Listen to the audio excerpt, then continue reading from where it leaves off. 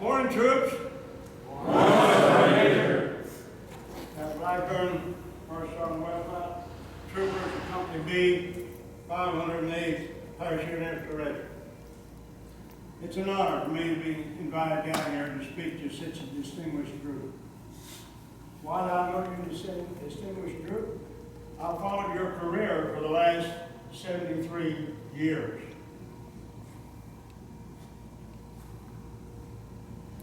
This coming Saturday, we will celebrate our independence.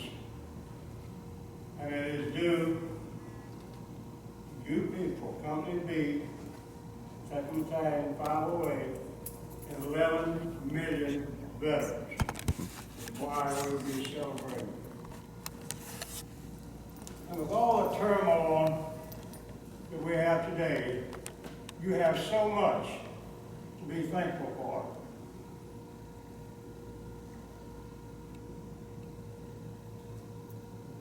You have your liberty. You belong to the greatest 82nd Airborne Division.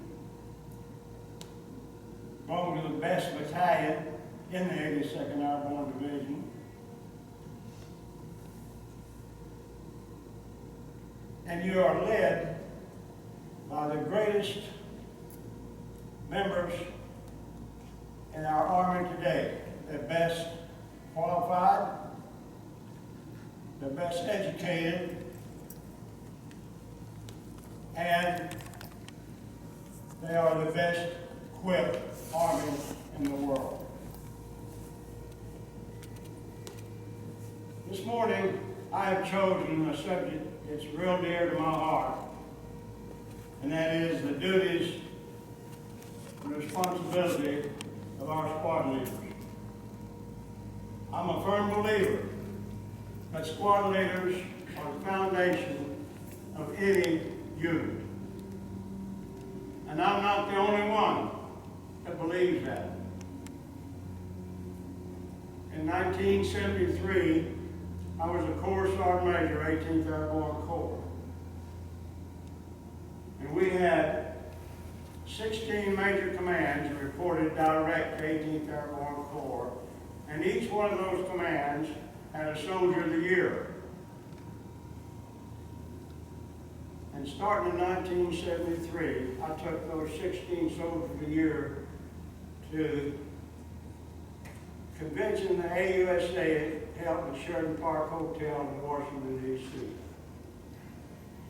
I was walking through the lobby one day, and I seen this gentleman in his dress blue uniform, sitting in a big cushion chair with a lieutenant colonel standing by his side, and a nurse. And I was in uniform, and he called me over, and he said, "I see, Sergeant Major, from your French hors de guerre that you was in World War II." I said, "Yes, sir." He said, "What was your rank?" I said, "I was a squad leader in Normandy invasion, sir." This gentleman was the last 5-star general in the United States Army, General Omar Bradley. And he said, "You know, squad leaders have the toughest job in the Army." I said, "Yes, sir." And I told him about bringing 16 soldiers up. He said, "Can I see and talk to those soldiers?" I said, "Yes, sir." He said, "I'll be right here every day at 1 o'clock. The next day at 1 o'clock, I lined up these 16 soldiers, told them how to report to this 5-star general. We went down at 1 o'clock. I said, "Sir, do you want to speak to these group as a group?" "Oh," he said, "no, I want to talk to them one-on-one." He asked everybody the same question. He said, "Do you know?" First he said, "Soldier, what's your MOS?" Most of them said, 11 Bravo, sir." He said, "Great. You know you have the toughest job?" "Yes, sir, we know that." He talked to them one-on-one. He didn't pressure them to join the Army and stay in the Army, but he said it's a good thing. You should. It's good for you in one day. That was 1973. 74, 75, 76, and 77 I took. those 16 different soldiers here, back to sea, Omar Bradley. He died in 1981 and is buried in Arlington National Cemetery. Now, let's talk a little bit about the duties of a squad leader. Sergeant Borders here, come up here and sit down right here beside me.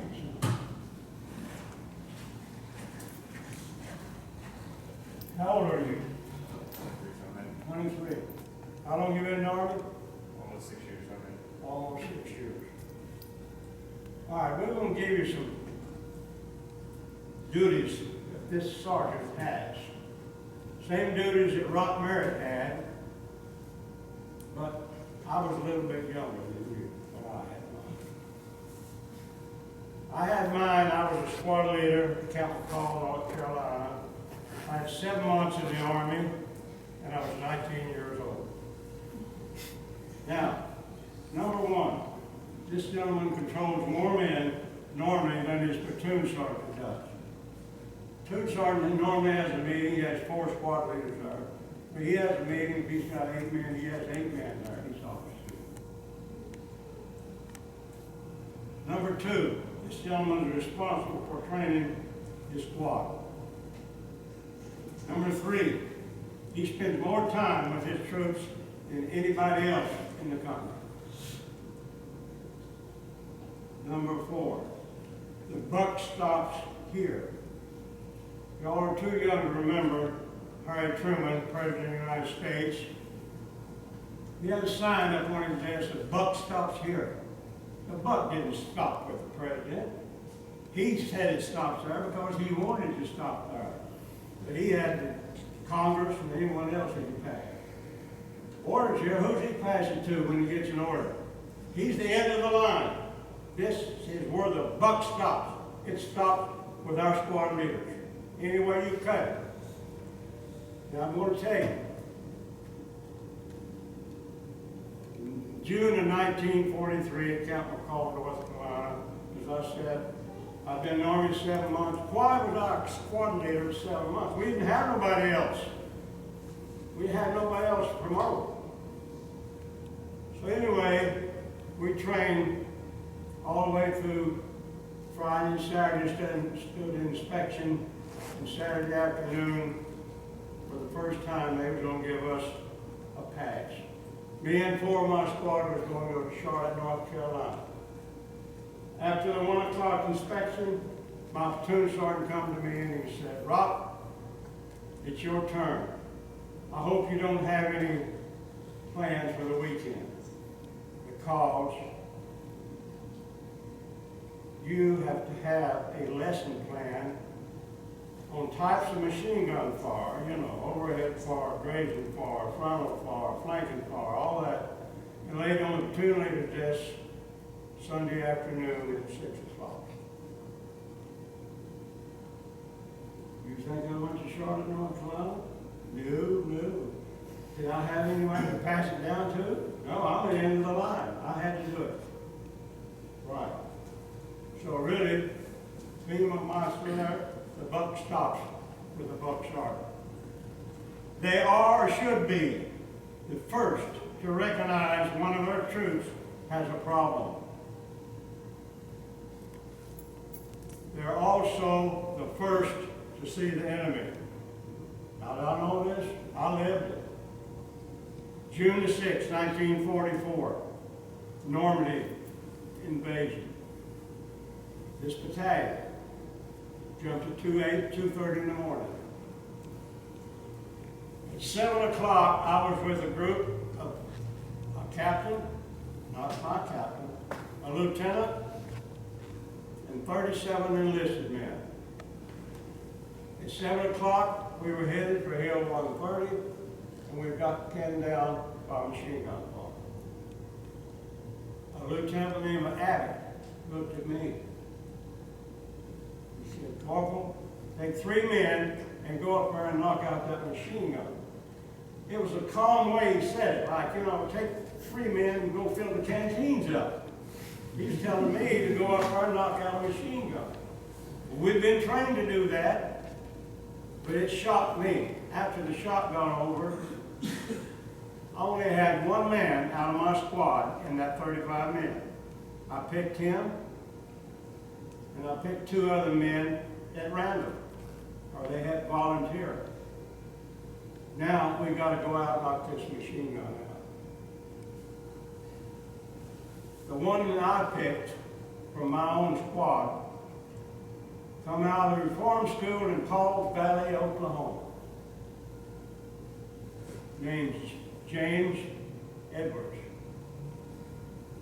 We caught in a little group there, and I had an idea what to do because they taught me how to knock out a machine gun or a pillbox. But I wanted to have a team effort. Get that team effort. I said, gentlemen, we've been asked to go up and knock out a machine gun. I need to go around the corner here and see what you think. Finally, Private James said, Rock, I recommend we take 3 of these gammon grenades, leave his rifle here, carry the 3 gammons. The other 3, when we get up within 10, 15 feet of the machine gun, we lay down a base of fire, and whoever's got the gammon grenades throw them on the machine gun. A gammon grenade, you've probably never seen or heard one. It was a grenade made by the British Army, C2 composition, about the size of a softball, in a black sock with a cap on the front, with a tape over it. Take the tape off, take the cap off, and it went off on contact. If this gentleman right here was a tank, I could throw it at him, all the pressure would go forward. Nothing would come back on me. I said, everybody agreed, that's what we do. Now, who's going to take the James that I will? Wilbur James, I'll take it. He took the 3 grenades, left his M1 rifle there. We crawled 500 feet up there, and James, when the first one went off, he killed everybody. But he threw the other 2. We walked back. We didn't have to crawl back. The theme of this story was we had team effort from the squad leader. Everybody agreed with him. Anytime a squad leader thinks that he is the greatest man in that squad, and he's going to do it his way or the highway, you're going to have some problems. You need to work as a team. Also, if you show partiality to 2 or 3 of your squad leaders, you've got problems. Same way as a commanding general showing partiality to one brigade over the other. You can't do that.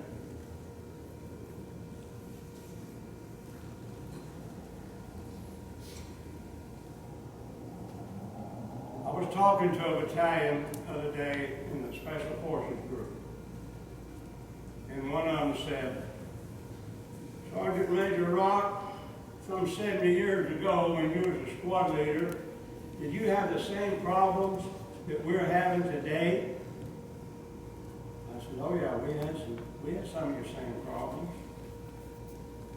We had AWOLs, we had alcohol, we had kids that couldn't read or write. Again, you can add another item to the squad leader. Who do you think wrote those mothers? The squad leader did. He had to. Nobody else would do it. I said, what we didn't have, we did not have suicide, none of those. We had no drug problems whatsoever, with the exception, I told you about AWOLs. We had a lot of Dear Johns. Why? Most of you people, you go overseas, you leave your sweetheart or wife, you're back in a year. We come back in 5. So after 2 or 3 years, a lot of them soldiers starting to get Dear Johns. If you get a Dear John, that soldier, he's got problems, he's not a good soldier. So anyway, that fell on the squad leader also.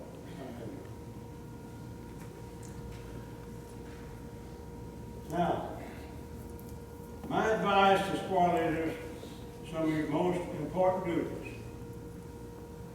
As I said before, you should be the first person to notice, even if a guy's going to AWOL, the talk gets around that he's going to AWOL, you should know it. Suicide problems, that's a little touchy thing there. I don't think you should know that. But anyway, if you don't know it, and what have you, and you have an idea that something's going on, what did I do? Where did I get mine from? I got it from the senior NCOs of the company, battalion, and the regiment. Right now in the 82nd, right on down through to the battalion here, they have people to take care of these. Most squad leaders are not equipped or qualified to handle all these problems by themselves. So they need problems. This sergeant right here needs a problem. He's got a problem. He needs help. Where does he get it? Like I say, in the chain of command. If the chain of command does not know that they have a soldier in their outfit that has a problem, has been reported to him, then we have really got a problem. And last but no way least, you get to know your chaplain. He can help you. In your tour of this building, you come to, you'll see a C-47 extended from the ceiling down. I was telling your company commander, that C-47, the 2nd Battalion, Bravo 8, it jumped into Normandy, 6th of June, 1944. How did I know that? I was here when this museum opened. Also, the jump master of that plane with that tail number on it was here with his manifest. And he had 4 people with him that had jumped out of that plane. So that plane, you can see right over at a C-47, it is no doubt in nobody's mind, it was the 2nd Battalion, 508. Now, I have a thing that someone gave me here from General Bradley's staff some 40 years ago. And it was written just for people for the United States Infantry, written by 5-star General Omar Bradley. And I'm going to present this to this young squad leader here, where he can put it in his butt locker or wall, whatever he wants to. But it's written for the infantryman, and this is an infantry company. Please bear with me when I read this to you from General Omar Bradley. The rifleman fights without promise of either reward or relief. Behind every river there's another hill, and behind that hill another river. After weeks or months in the line, only a wound can offer him the comfort of safety, shelter, and a bed. Those who are left to fight on, ending death, but knowing that with each day of evasion, they have exhausted one more chance for survival. Sooner or later, unless victory comes, this chase must end on the litter or in the grave. Signed, General Omar Bradley. I'll give you this stuff. Now, if anybody has any questions about me, I'll be here as long as you want me to talk to you, and I'll answer them to the best of my ability. But your information, I started with the 508 Camp Langman, Florida, October the 20th, 1942. I stayed with it until it was deactivated. Back in November 1946, Camp Gilmer, New Jersey. Was reactivated May 1951 in Fort Bragg, North Carolina as a regimental combat team. Was activated again, where you come in, January the 6th, 2006. I love the 508. I think it's the best outfit in the United States Army. And anyway, it's an honor for me to come out and speak. I've never turned down a speaking engagement. Next month, August the 10th, I'll be 92 years old. And good Lord put me on this earth for some reason or another. And just to talk to troopers, then that's what I'll do. Lord, thank you for all you guys. Thank you.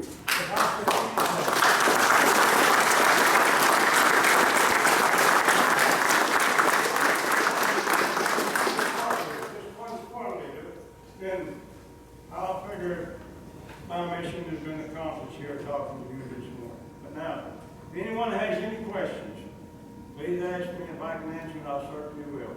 Thank you. All right, man, we got some questions? Yes.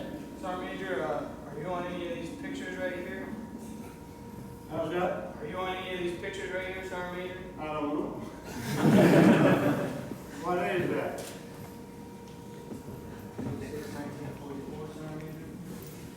Oh, With the high-speed paratroopers figure you should be. I might be one in there. I don't. Oh, that's the Pathfinders.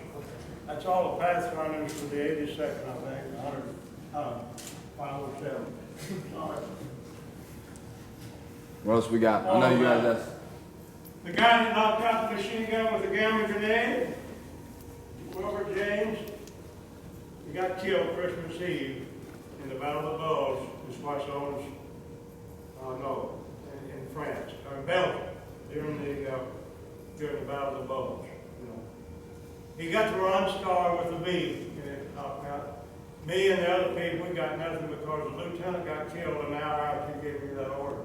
Knocked that out. Any other questions?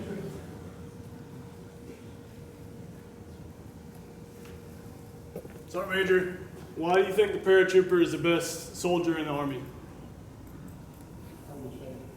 Why do you think the paratrooper is the best soldier in the Army, Sergeant Major? Why is it? They taught that way from basic training. So when they use basic training, you know, we didn't go to reception center to organize and take basic training for the 508. They sent paratroopers from the 501st Airborne Infantry Regiment to Camp Landing, Florida, and they were already qualified troops. They gave us the basic training, and they went through jump school with us, what have you.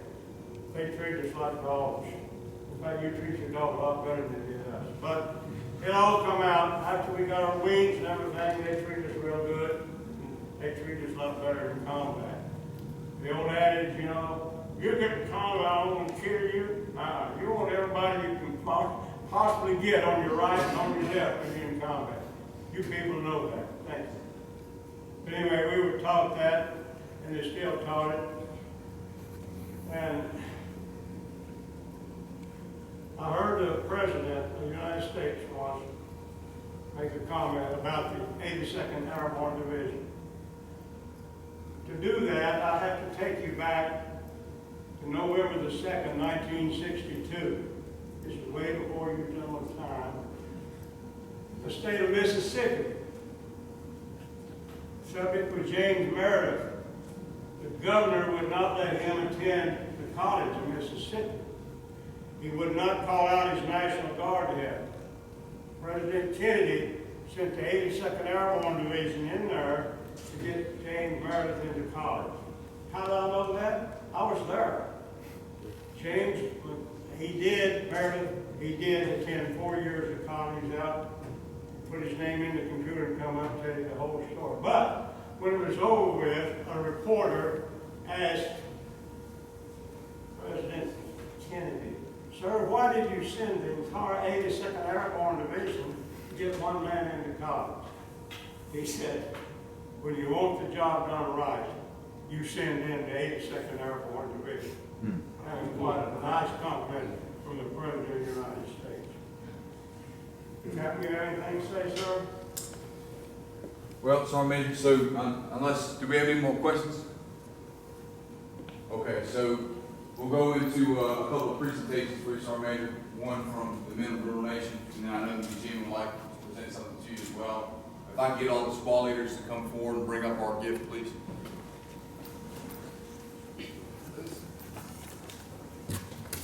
So, Sergeant Major, I come to you humbly here, we'll help you get to your car. I ask myself, what do you give a man with your resume and all the things that you've done, not only for the 82nd Airborne Division, the 18th Airborne Corps, but the United States Army as a whole, and what you continue to do for the men that continue to serve their country? Humble. You've met with presidents and kings, and so what could we give you? And this is what we came up with. So what you have here, obviously, is the flash. It's got a little extra graphic design. We thought, obviously, at the bottom there, Normandy, Holland, or Ardennes, that's your history. In the last 8 years now, since 2007, we activated Afghanistan was our fight, so we added to the flash as well. On the back from the men of the little company, every man in this company has signed it. I hope that means something to you. Like I said, like I told you before, it is an honor and a privilege, truly, to have you come speak in such an intimate setting, and I couldn't possibly thank you enough for all I'm indebted to you. For not only your service, but what you continue to do now. Thank you so much for everything you've really done. Well, it's been my pleasure to be here. If you ever come to my home, you'll find this. I'll find a place for it. Absolutely. It will not be in the garage, it'll be in my house. Let me shake hands with all these squad leaders here. My favorite people. Someday they're going to increase the pay of these squad leaders, I hope. 2 sergeants? First sergeant. Oh, yeah, first sergeant, good. This will be probably your next command sergeant major, man. You ever have a chance to be a first sergeant? All American. Be one, because they give them priority when they start promoting to E9. So, Major, will you take a picture with the flash and the small car? You mind? Let me get behind you. Get behind you right here. All right, that will go.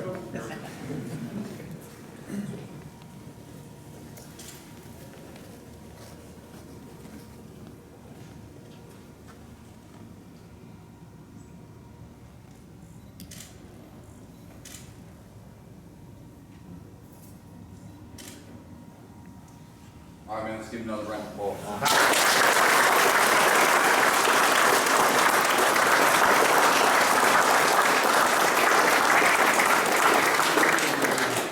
Museum's got a gift for you as well.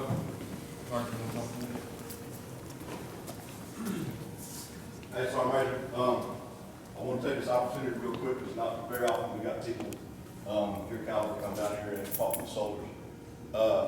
I was going to tell you guys this later on, but you're standing on Fort Bragg right now. A lot of people don't realize that the Fort Bragg owns the museum. You're on federal property right now. That's why I'm here. I'm the operations NCO for the facility.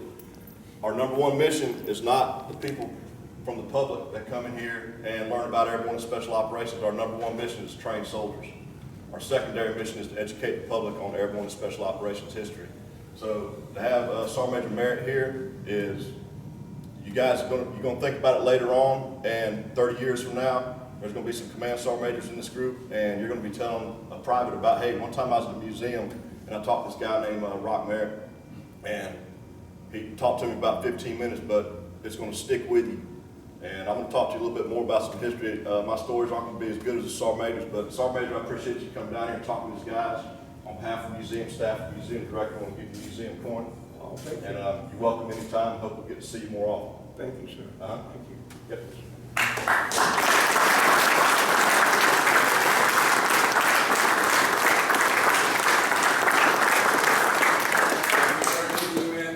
Before I turn it over, I want every last minute information to say to Sergeant Major's hand before we leave today, right? And then the museum curator, he's going to take over, and he's going to give us a brief on what we're looking at and what we should be looking at. The point of coming down here, right, is that you hear your history, and it should give you an immeasurable amount of pride. It should. If it doesn't, know your history and know where you came from, right? So I think that because we're on Fort Bragg, and because we see everyone in a maroon beret, or they have a green beret, or they're in JSOC, you tend to forget just how elite we really are, okay? And when I told the men who've served in the company for a while now, and I tell all of you guys, if you exit an aircraft at 130 knots, 800 feet above ground level, you have faced death every time you exit an aircraft. That is the baseline between you and everybody everybody else. That's how you know you're better. If you haven't been to combat and you wonder how you'll react, you already have the answer to that question. Do you not? Is it any different to leave the wire not knowing if you're going to come home and hopefully get a chance to talk to your wife and family again, and God forbid you don't even get off the airplane? Is it any different than exit aircraft? Put it in God's hands whether or not you get under full canopy? Is it not different? I mean, it's the exact same. You know that. Every single time you exit an aircraft, you exhibit the ultimate act of bravery, right? Because you're overriding the most basic and fundamental function of it being a human being, and that's self-preservation. And why do you do it? You do it for the men to the left and right of you. Or maybe you just do it because the guy in front of you kept going, the guy behind you is going to push you back around. But either way, you should be proud of who you are. You volunteered. You're a double volunteer.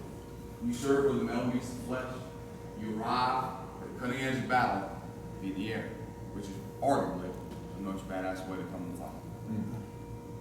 Even if you're not jumping in, man, your history, the history of this battalion, this company, in Iraq, Afghanistan, all the way through, primarily Afghanistan, soon to be Iraq, has been exceptional. And you're about to be a part of that.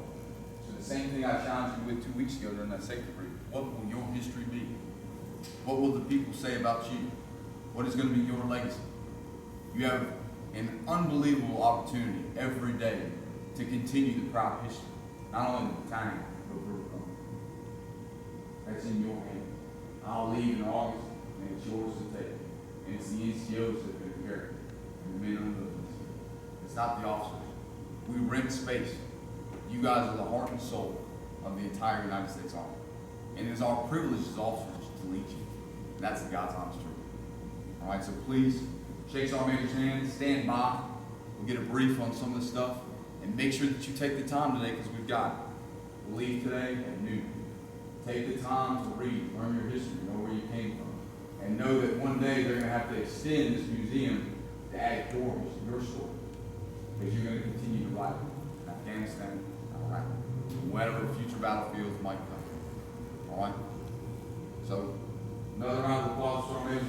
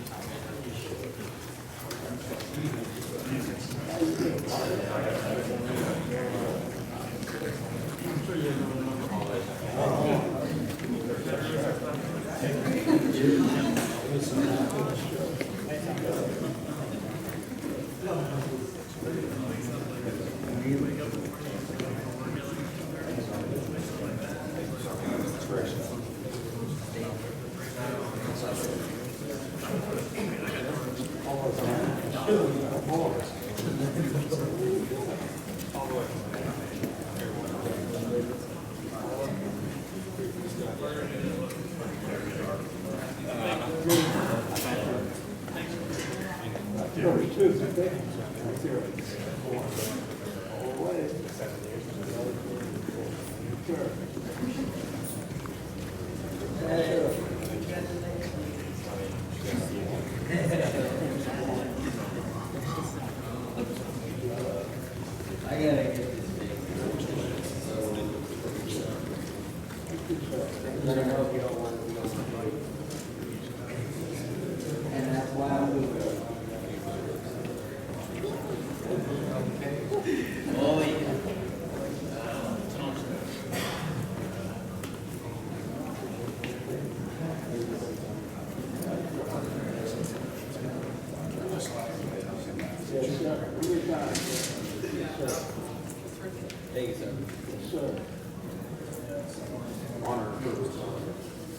All right.